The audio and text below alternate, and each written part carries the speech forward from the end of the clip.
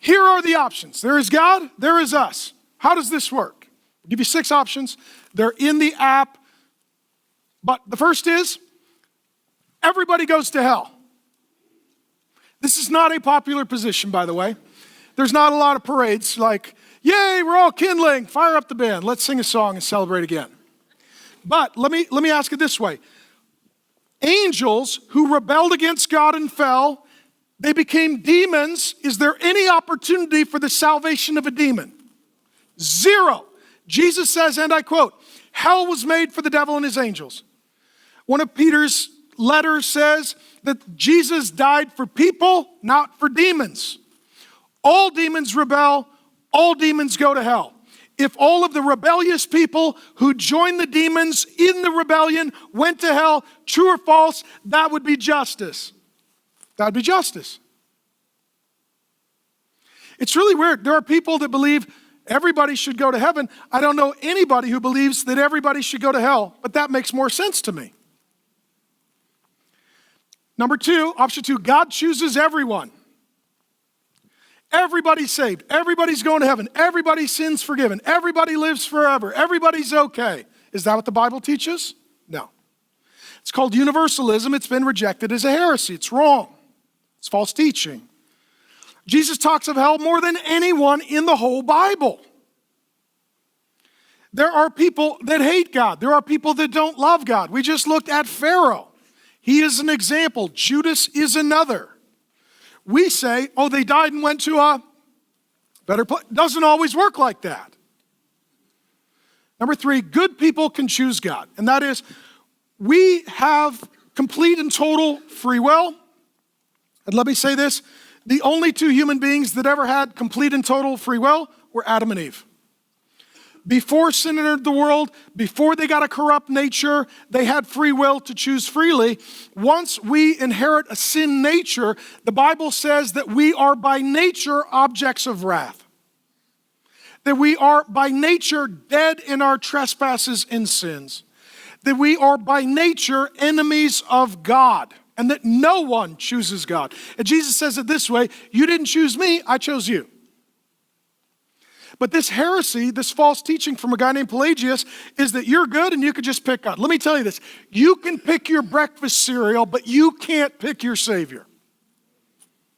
So the first 3 are all false teaching. They're heretical. They're wrong. Okay? Some of you say, I don't believe in right and wrong. Well, then you're a heretic too, because these are wrong, okay? The last 3 are what I will call, faithful Christian options. There are closed-handed issues like the death, burial, resurrection of Jesus. There are open-handed issues like this. And there are 3 positions that godly, Bible-believing, faithful, Jesus-loving people will hold. If you believe these, welcome to our church. You can be in leadership. We can agree to disagree agreeably. We can open the Bible and hash it out, but we don't need to file for divorce over this issue. This is a secondary matter. The first is called Arminianism, named after a guy named Jacob Arminius. God grants sinners a free will choice.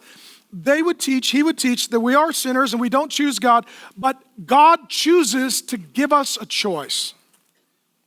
That God at some point in everyone's life opens up their will and gives them a free opportunity to choose or not choose. So if you don't choose, it's not God's fault, it's your fault. God chose to give you a choice. Okay? Some would teach that. And it comes with something called prevenient for you nerds. Prevenient meaning first grace, prevenient grace, that he opens up the will at some point to make a free will decision. Number 2, double predestination by God comes from the teaching of Calvinism named after a man named John Calvin.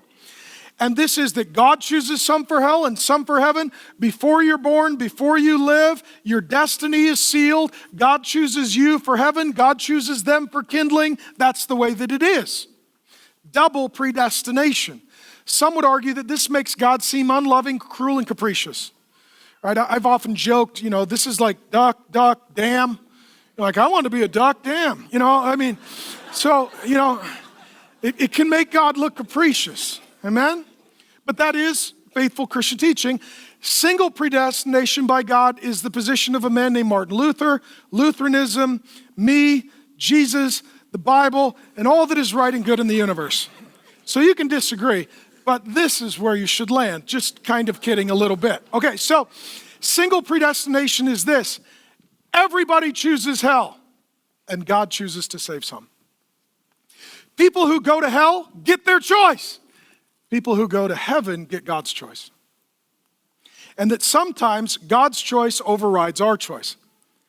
And what that means is that the people who choose hell, they got to choose. They chose through sin, folly, rebellion. Those who get heaven, they should thank God because he saved them from Satan, sin, death, hell, the wrath of God, and themselves. I'll give you an analogy. I know I'm way over time. You're welcome. And I think of it this way. Imagine there were a group of people that had a suicide pact. They just decided, we're going to kill ourselves today. They locked themselves in their home. They chained themselves to the sink and the furniture. They set the place on fire, and they were determined to die.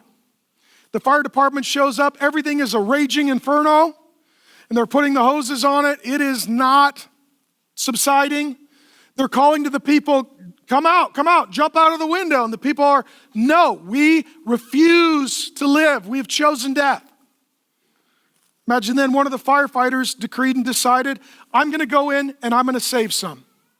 The other firefighters are like, they want to die. They did this to themselves. They are not looking for your help. And if you go in, you're going to die. Let's say the firefighter runs in, breaks the chains whereby they have chained themselves up. These people are fighting and hitting him because they want to die, they don't want to live. He overrides their will, takes some, carries them out on his shoulders, and they live, and he dies. I'd be very disappointed if the news showed up and said, we're really disappointed in the firefighter, he didn't get everybody. I would say he's a hero. He saved people at the expense of his own death. That's the story of human history.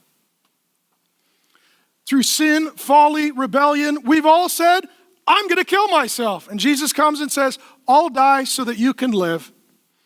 Some are going to get what they choose. Some will get what he chooses.